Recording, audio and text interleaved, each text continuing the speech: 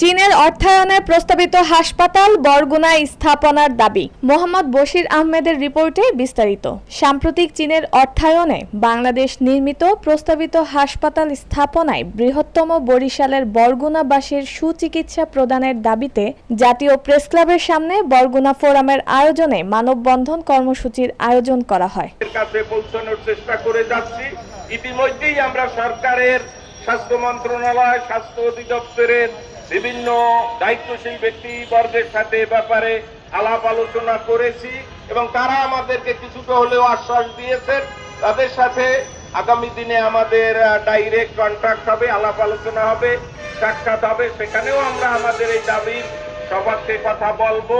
আশা করি এটা গ্রহণযোগ্যতা পাবে এবং আমরা একটা হসপিটাল পাবো। ভাইয়েরা আমার, চিকিৎসা ব্যবস্থা দেশ ও জাতির জন্য খুবই একটা বিশেষ অবস্থান, যার কারণে একটা দেশের উন্নতি অগ্রগতির কথা আলোচিত হয়।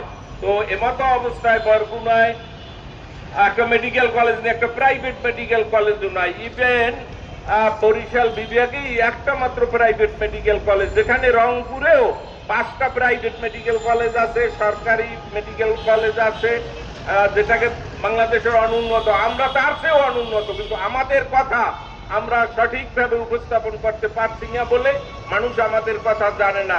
এখন থেকে আমি সবার কাছে আহ্বান জানাই, বিশেষ করে বরগুনাবাসীর, আপনারা প্রত্যেকে যে যেখানে আছেন আমাদের এই দাবির সপক্ষে আওয়াজ তুলুন যে আমরা বরগুনা একটা ভালো মানের হসপিটাল চাই। সেটা এই চীনের সাহায্যে যে কয়েকটা হসপিটাল হবে তার মধ্যে একটা অবশ্যই আমরা চাই এবং এটা দাবি আমাদের যুক্তিযুক্ত এবং সঠিক। ভাইরা আমার, আপনারা ইতিমধ্যে কথা শুনেছেন, আমার কথা শুনেছেন, আপনারা সমবেত হয়েছেন, এজন্য আপনাদেরকে ধন্যবাদ।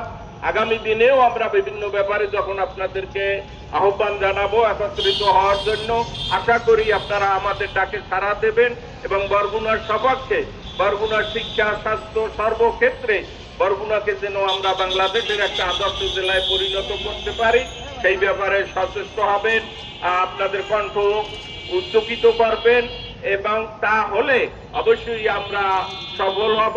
আল্লাহ আমাদেরকে যেন সফল করেন।